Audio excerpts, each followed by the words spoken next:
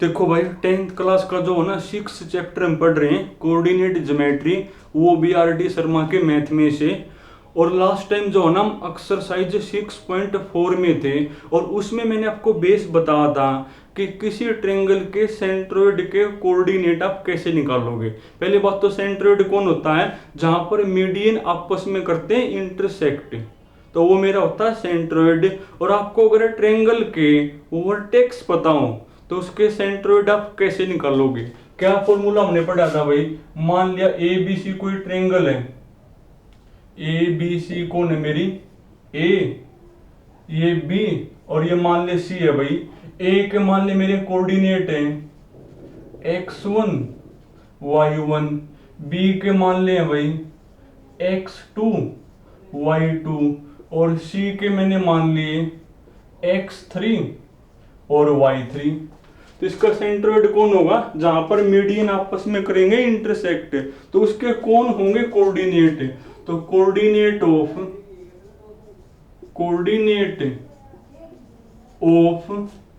Centroid are, coordinate of centroid are क्या बनेंगे भाई, एक्स एक्स वाले जोड़ो 3 से डिवाइड, और वाई वाई वाले जोड़ के 3 से डिवाइड भाई, यानी x1 plus x2 plus x3 divide में 3, और वाई वाई वाले जोड़ के 3 से डिवाइड, जोड़ो वाई वाई वाले, यानी y1 plus y2 plus y3, और डिवाइड में कौन मेरा भाई 3, ये बनेंगे।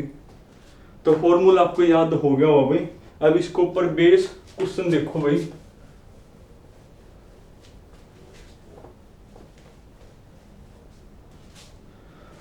देखो भाई एक्सरसाइज 6.4 में आओ।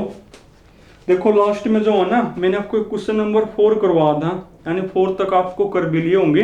अब तुम पढ़ो क्वेश्चन नंबर 5 भाई, क्वेश्चन नंबर 5। तो क्वेश्चन नंबर 5 में लिखा हुआ है if -2,3 -2,3 4, -3 and 4,5 and 4,5 are the midpoints of the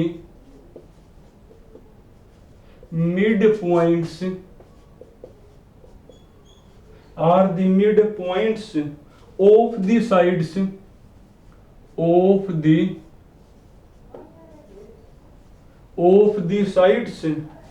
of a triangle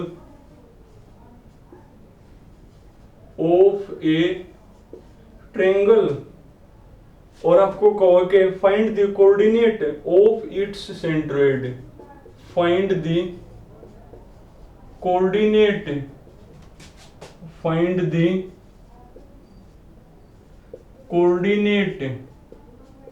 of its centroid में, ऑफ इट्स सेंट्रोइड। पढ़ने के बाद क्या कहो भाई, देखो इफ का मतलब गिवन होता है। क्या गिवन है, ये जो 3 पॉइंट है ना, ये आपके मिड पॉइंट है किसके, किसी ट्रायंगल की साइडा के। कोई ट्रायंगल है भाई, बनाना एक बार, कोई ट्रायंगल है मेरे पास, इसकी जो साइड है ना, इनकी साइड के जो मिड पॉइंट है वो ये है। जैसे मान ली इस साइड का यो मिड पॉइंट है, इसका मान ले यो मिड पॉइंट है, इसका मान ले यो मिड पॉइंट है, तो इनके कोऑर्डिनेट ये हैं। जैसे मान ली ये आपका ये वाला है -2,3, ये मान लिया आपका ये वाला है भाई 4,3, और ये मैंने मान लिया आपका ये वाला है 4,5। और आपको बताना क्या है, इसके सेंट्रोइड के क्या बताने हैं, कोऑर्डिनेट। पर वो तो आप तभी बता पाओगे ना जब मेरे पास ट्रायंगल के वर्टेक्स होंगे। वर्टेक्स मेरे पास है नहीं, तो आप वर्टेक्स ही मान लो पहले, क्योंकि किसी भी ट्रायंगल का जो सेंट्रोइड है ना, उसके कोऑर्डिनेट आप तभी बता पाओगे जब आपके पास वर्टेक्स होंगे। क्योंकि वर्टेक्स में एक्स एक्स वाले जोड़ो 3 से डिवाइड और वाई वाई वाले 3 से डिवाइड, तो वो मेरा कौन होगा, सेंट्रोइड। अब नहीं है तो हम सीधी सी बात मानने पड़ेंगे। तो मान लो भाई, ये मान लिया मैंने x1 y1, ये मैंने मान लिया x2 y2, और ये मैंने मान लिया भाई x3 और y3। अब इनको नाम भी दे लो, यो A, yo B, yo C। ये जो मिड पॉइंट है इनको P, इसको Q, और इसको मैंने मान लिया R। अब सब कुछ लिखोगे भाई तो सॉल्यूशन। तो कोई ट्रायंगल थी जिसके साइड के मिड पॉइंट हमने पता है, और आपने उसके सेंट्रोइड के क्या बताने हैं, कोऑर्डिनेटर। वो तभी बता पाओगे जब आपके पास वर्टेक्स होगा, क्योंकि फॉर्मूला वर्टेक्स से पढ़ा है कि वर्टेक्स में एक्स एक्स वाले जोड़ो 3 से डिवाइड और वाई वाई वाले जोड़ो 3 से डिवाइड, वो होगा सेंट्रोइड। तो आपको वर्टेक्स चाहिए ना, तो सीधी सी बात मानने पड़ेंगे, वो हमने ये मान लिए। अब लिखो सब कुछ जो जो आपने मानना है। तो लेट ए है मेरा भाई x1 y1 कोमा बी है मेरा x2 y2 एंड सी है मेरा भाई x3 y3। बी द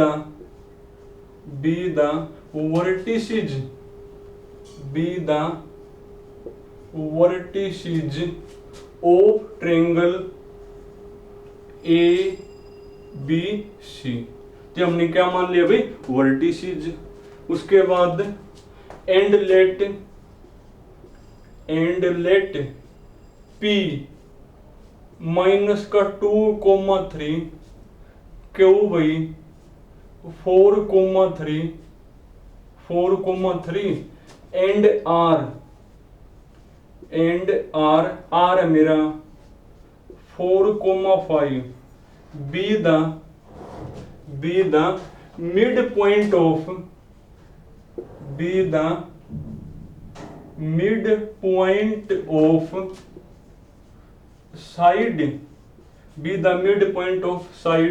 देखो P हमने किसका माना है, AC का। P हमने AC का। Q हमने किसका माना है भाई, Q हमने किसका माना है, CB का। एंड और R हमने किसका माना है भाई, R हमने माना है AB का रिस्पेक्टिवली भाई। ये हो गया मेरा। अब देखो, अब मेरा ये मैं इसका सेंट्रोइड निकालना है, और सेंट्रोइड मेरा कौन होता है भाई, x1 plus x2 plus x3 divide में 3, y1 plus y2 plus y3 upon में कौन 3। और उसके लिए गिवन का सारा लोगे। गिवन का सारा कैसे, देखो भाई जो P है ना वो AC का मिड पॉइंट है, और मिड पॉइंट फॉर्मूला है, मिड पॉइंट हमने भी आओ निकालना, हम अपने वाला निकाल लेंगे और वो को ये दोनों बराबर होंगे। तो लिखोगे since P is the midpoint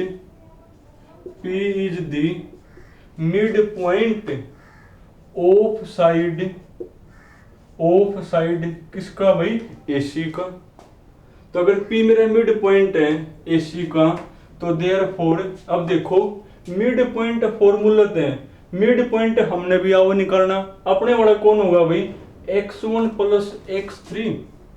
अपने वाला होगा x1 प्लस x3 डिवाइड में कौन 2, और y component y1 plus y3 divide में अपने वाला तो देखो ये होगा AC का मिड पॉइंट, वो कौन है माइनस का 2,3, तो दोनों बराबर होंगे। अब दो पॉइंट इक्वल कब होते हैं, जब x वाला इक्वल y वाला इक्वल रखो भी तो भाई, यानी x1 प्लस x3 डिवाइड में 2 इक्वल टू कौन होगा माइनस का 2, और y1 प्लस y3 डिवाइड में 3 इक्वल टू कौन होगा 3, क्रॉस मल्टीप्लाई भाई, यानी x1 plus x3 equal to कौन होगा माइनस का 4, cross multiply y1 plus y3 equal to कौन 3 तिया 9, इसको नाम दो इक्वेशन नंबर 1, इसको नाम दो इक्वेशन नंबर 2। अब इसके बाद देखो भाई, दो तो इक्वेशन बन गई, उसके बाद अब तुम लिखोगे सिमिलरली। सिमिलरली क्या सिमिलरली भाई, कि जो Q है ना वो BC का मिड पॉइंट है। अगर Q BC का मिड पॉइंट है तो Q हमें भी आता निकालना है, वो भी Q है, यानी x2 plus x3 x2 plus x3 divide में 2, y2 प्लस में y3 y2 plus y3 divide में 2, और वो कौन है भाई 4,3 है, वो कौन है 4,3। अब दोनों इक्वल होंगे, कब इक्वल, x वाला y वाला पे, तो यहां से मेरा क्या बनेगा भाई, तो ये 2 फिर मैंने क्रॉस मल्टीप्लाई भी कर दिया, यानी x2 plus x3 equal to 2 चौके 8 बनेगा, और y2 plus y3 equal to कौन होगा मेरा 6 बनेगा भाई। इसको इक्वेशन नंबर 3 और इसको इक्वेशन नंबर 4 नाम दोगे भाई। उसके बाद अगेन सिमिलरली क्या भाई, अब R जो है ना ए बी का मिड पॉइंट है, और मिड पॉइंट फॉर्मूले से हमें भी आता है, हमारे वाला कौन होगा x1 प्लस x2 डिवाइड में 2 y1 प्लस y2 डिवाइड में 2 इक्वल टू कौन 4,5। अब दो पॉइंट इक्वल हैं तो x वाला इक्वल होगा y वाला रखो, जब इसको इसके इक्वल रखोगे तो 2 चौके 8, x1 plus x2 equal to कौन 8, y1 plus y2 equal to कौन 10। इसको इक्वेशन नंबर 5 और इसको इक्वेशन नंबर 6। अब 6 इक्वेशन आपकी बन गई भाई, पर आपको तो क्या बताना है सेंट्रोइड के कोऑर्डिनेट, और सेंट्रोइड मेरा कौन होता है भाई x1 plus x2 plus x3 divide में 3, और y1 plus y2 plus y3 divide में कौन 3। हटाना पड़ेगा भाई, तो चलो थोड़ा बहुत हटा लें इसको, यहां तक हटा दो इसको भी।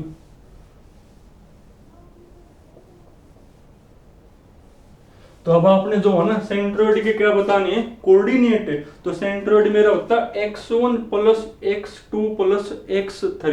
देखो कब बनेगा x1 plus x2 plus x3। अब तुम ये देखो x1 x2 और x3 कौन कौन सी इक्वेशन में है, फर्स्ट में है, थर्ड में है और फिफ्थ में। अब हमने ये प्लस में चाहिए सारे, तो सबको जोड़ दो ना, जोड़ देने इक्वेशन को, ऑन एडिंग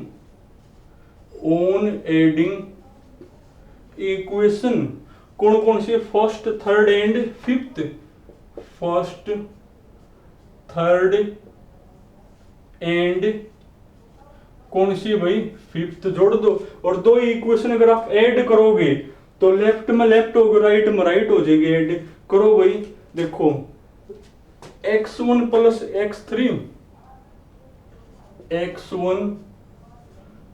प्लस x3 और 3 कौन है x2 plus x3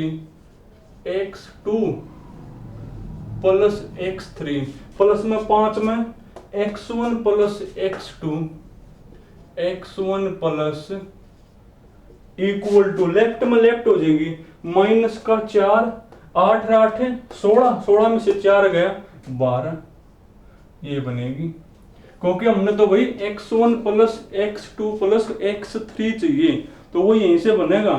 first third fifth ने जोड़ दो, और अब सेकंड फोर्थ और सिक्स ने जोड़ोगे।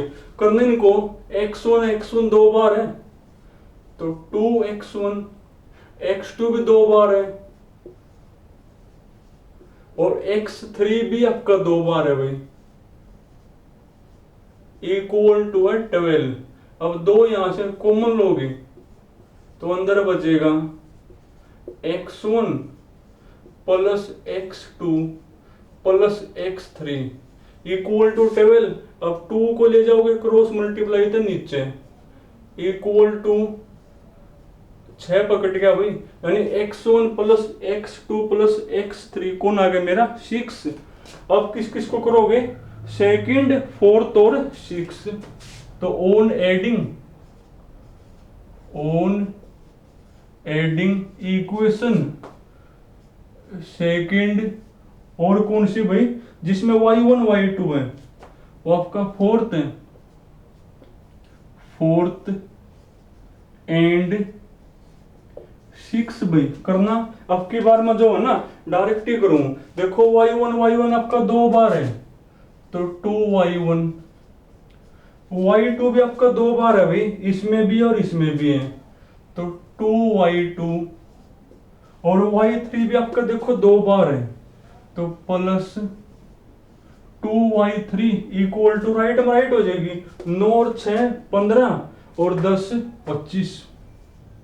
अब 2 कॉमन लेकर कर दो डिवाइड, यानी y1 plus y2 plus y3 equal to होगा 25/2।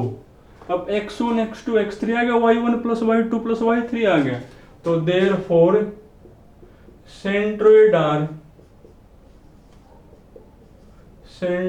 आर कौन होता है centroid, x1 plus x2 plus x3 को 3 से डिवाइड करो, 6 को 3 से डिवाइड 2, और y1 plus y2 plus y3 को भी 3 से डिवाइड करो, इसको 3 से डिवाइड, यानी 3 तो ये मल्टीप्लाई हो जाएगा तो 25/6, तो ये बनेगा मेरा भाई। तो कोई ट्रायंगल थी जिसके साइड के मिड पॉइंट आपको गिवन थे और उसका सेंट्रोइड बताना, सेंट्रोइड आपका बता पाओगे जब वर्टेक्स बताऊंगी, तो वर्टेक्स हमने नहीं पता तो हमने मान लिए भाई, वो मान कर ने अपने पास ये 6 इक्वेशन बन गई। अब ये 6 इक्वेशन मत हैं, अगर आप फर्स्ट थर्ड और फिफ्थ को जोड़ोगे तो x1 plus x2 plus x3 इसकी वैल्यू आ जाएगी, और सेकंड फोर्थ और 6 ने जोड़ोगे तो y1 plus y2 plus y3 की वैल्यू आ जाएगी। इन की वैल्यू हमने चाहिए तो यहां से बन जाएगी। तो चलो तुमने आज यहां तक करना भाई, बाकी फिर कल करेंगे।